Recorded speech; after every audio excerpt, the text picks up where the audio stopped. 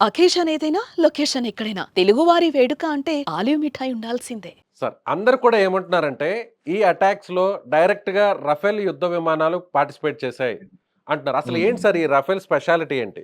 ఇప్పుడు రఫేల్ యుద్ధ విమానాలు పార్టిసిపేట్ చేసినాయి అనేటువంటిది మనకి ministry of defence yet to be confirmed అండి. ఓకే. బట్ మీరు చెప్పినట్టుగా అన్ని చోట్ల అదే వినిపిస్తుంది.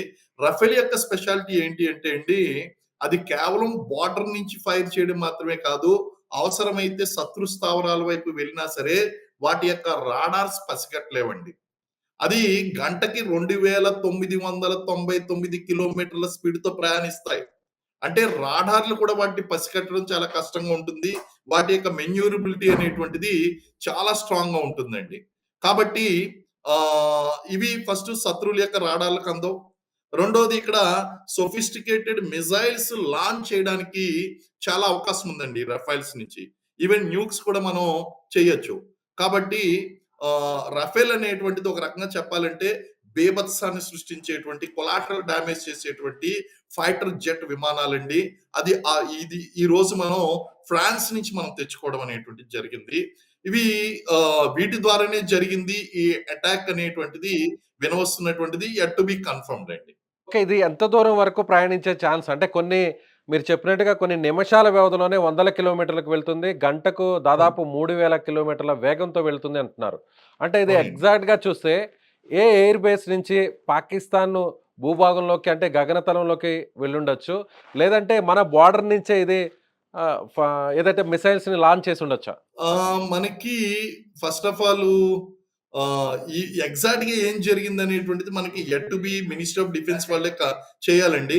నిన్నైతే ఒక అనౌన్స్‌మెంట్ జరిగింది. ఏంటి అనౌన్స్‌మెంట్ అంటే, రాజస్థాన్‌లో మేము ఎక్సర్‌సైజ్ చేస్తున్నాము. రాత్రి 10 గంటల నుంచి ఉదయం వరకు ఆపరేషన్ జరుగుతుంది. కాబట్టి ఇక్కడ ఈ ప్రాంతంలో ఏమాత్రం కూడా మీరు సివిల్ పౌర విమానాలు గాని ఏది ఎగరకూడదని చెప్పేసి నోటం అనేటువంటిది జారీ చేయడం జరిగిందండి.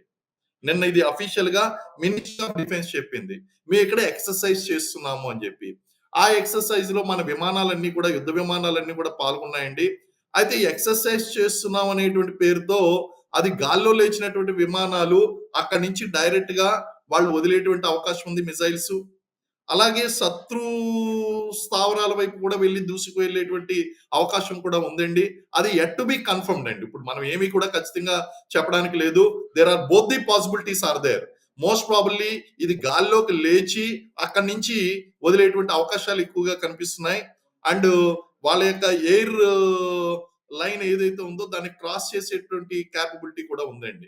రెండిట్లో ఏదైనా జరిగి ఉండొచ్చండి. సో, ఇలాంటి యుద్ధ విమానాలు పాకిస్తాన్ దగ్గర లేవనొచ్చు. అంటే రఫేల్‌తో కంపేర్ చేస్తే అలాంటి ఫైటర్ ఉన్నాయండి. జెట్స్ పాకిస్తాన్ దగ్గర లేవని చెప్పాలి. ఉన్నాయి. కాపోతే వాటి మెయింటెనెన్స్ చాలా పూర్‌గా ఉందండి. కారణం ఏంటి అంటే, వాళ్ళకి F-16 విమానాలను అమెరికా ఇచ్చిందండి. F-16 విమానాలు డేంజరస్సే అండి. అవి కూడా రాఫెల్ అంత బీభత్సాన్ని సృష్టించగలిగినటువంటివి. అయితే పాకిస్తాన్ తన యొక్క డిప్లొమాటిక్ సపోర్ట్‌ని పాకిస్తాన్‌కి అమెరికా ఆపివేసిందండి. కాబట్టి ఆ మెయింటెనెన్స్‌లో చాలా ప్రాబ్లమ్స్ ఉన్నాయండి. ఆ మెయింటెనెన్స్ చేసుకునే కెపాసిటీ పాకిస్తాన్‌కి లేదు. కాబట్టి వాళ్ళకి సోఫిస్టికేటెడ్ విమానాలు ఉన్నా సరే పని చేయనటువంటి పరిస్థితిలో ఉందండి వాళ్ళది. ఏదైతే బ్యాన్ చేసిందో, బ్యాన్ చేసినటువంటి ఉగ్రవాద సంస్థల కార్యాలయాల మీద అటాక్ చేశామని మన రక్షణ శాఖ చెప్తుంది. విదేశాంగ శాఖ కూడా చెప్తుంది. సో, దీన్ని చూస్తే ఎవరు కూడా దీన్ని ఒక రకంగా అబ్జెక్షన్ చేసే పరిస్థితి లేదనుకోవచ్చా? ఈ ఆపరేషన్ ద్వారా? 100% 100% అబ్జెక్ట్ చేయడానికి లేదండి. అండ్ ఈ ప్లేసెస్‌లో మీకు ఉగ్రవాదులు ట్రైనింగ్ పొందుతున్నారు. మా భారతదేశంలో సమస్యలు సృష్టిస్తున్నారు అనేటువంటి విషయాలు గతంలో అనేక సార్లు మనం పాకిస్తాన్‌కి చెప్పాం. చెప్పినప్పటికీ వాళ్ళు యాక్షన్ తీసుకోలేదు. ఇంక మనం యాక్షన్ తీసుకోవాల్సొచ్చిందండి. ఇది ఏ దేశము కూడా మాట్లాడేటువంటి అవకాశం లేదు. మనం అన్ని రకాలుగాను పూర్తిగా ఆలోచించుకున్న తర్వాతే ఈ strikes non retaliated strikes, precision strikes, pre decided takes and well planned strikes గా మనం దీన్ని వర్ణించడం జరిగిందండి. అలాగే గతంలో జరిగినటువంటి అంటే పుల్వామా అటాకు, దానికి ముందు జరిగినటువంటి ఉరి ఇన్సిడెంట్ వాటితో పోలిస్తే ఇవాళ జరిగినటువంటి ఇన్సిడెంట్ అంటే ఇది ఆపరేషన్ సింధూర్‌ని ఎలా మనం కంపేర్ చేయొచ్చు? It is bit bigger than the earlier strike అండి. ఇంతకుముందు జరిగినటువంటి స్ట్రైక్స్ ఏదైతే ఉన్నాయో దాన్ని మించినటువంటి స్ట్రైక్ గా మనం చెప్తామండి. అదే విధంగా దీన్ని మినిస్ట్రీ ఆఫ్ డిఫెన్స్ ఏమని వర్ణించింది అంటే it has been focused, measured and non escalatory operation in nature అని చెప్పిందండి. అంటే అది ఎస్కలేట్ చేయడానికి అవకాశం లేదు, అలాగే చాలా ప్రిసైజ్డ్ గా చేసాం, మెజర్డ్ గా చేసాము అని చెప్పింది. గతంలో బాలాకోట్ స్ట్రైక్ ఏదైతే ఉందో అది ఒక చిన్న స్ట్రైక్, అలాంటి 9 స్ట్రైక్లు ఒకేసారి జరిగినట్టు అయిందండి. సో ఇది okay. One of the major military operation అని చెప్పొచ్చండి మనం. అంటే మీ ఎక్స్‌పీరియన్స్‌ని బట్టి చెప్పండి సార్. ఇది వేరే వేరే చోట్ల నుంచి ఫైటర్ జెట్స్ కావచ్చు, లేదంటే మన భూభాగం నుంచి కావచ్చు, ఈ మిసైల్స్‌ని లాంచ్ చేశారనుకోవచ్చా? లేదంటే కేవలం ఒక ప్లేస్ నుంచే ఇన్ని టార్గెట్స్‌ని కూడా మనం రీచ్ అయ్యామనుకోవచ్చా?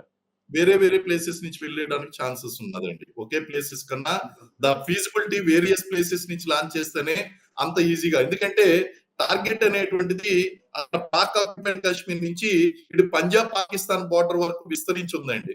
కాబట్టి వేరియస్ ప్లేసెస్ నుంచి లాంచ్ చేయడానికి అవకాశాలు ఉన్నాయండి. ఈ ఆపరేషన్ వాయిస్ ద్వారా కేవలం పాకిస్తాన్ అంటే పాకిస్తాన్ ఆక్రమించినటువంటి కాశ్మీరే కాకుండా, పీఓకే కాకుండా పాకిస్తాన్‌లో ఉన్నటువంటి ఉగ్రవాద సంస్థ కార్యకలాపాలు ముఖ్యంగా ఆ కార్యాలయాల మీద కూడా మనం అటాక్ చేసాం. అంటే సూపర్ పవర్ భారత్ దగ్గర ఉంది అని చెప్పడానికి ఇది ఒక ఎగ్జాంపుల్ అనొచ్చా? మన ఇంటెలిజెన్స్ చాలా స్ట్రాంగ్ అని చెప్పాలి. కారణం ఏంటి అంటే అక్కడ అన్ని బిల్డింగ్‌లు ఉండగా ఏ బిల్డింగ్‌లో అంటే సాటిలైట్ ఇమేజెస్ మనం స్టడీ చేసామండి. డ్రోన్స్ ద్వారా మనం స్టడీ చేసామండి. మన సీక్రెట్ కెమెరాలు అక్కడికి పనిచేసాయండి. ఇంటెలిజెన్స్ వ్యవస్థ పనిచేసిందండి. ఎంత స్ట్రాంగ్ ఇన్ఫర్మేషన్ అనేటువంటిది తీసుకొని టెక్నాలజీ పరంగా మనం ఎప్పుడు కూడా there is no compare Pakistan and India.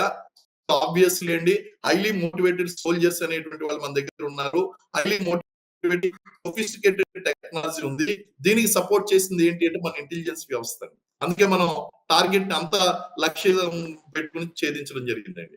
Right sir. Thank you. Thank you so much.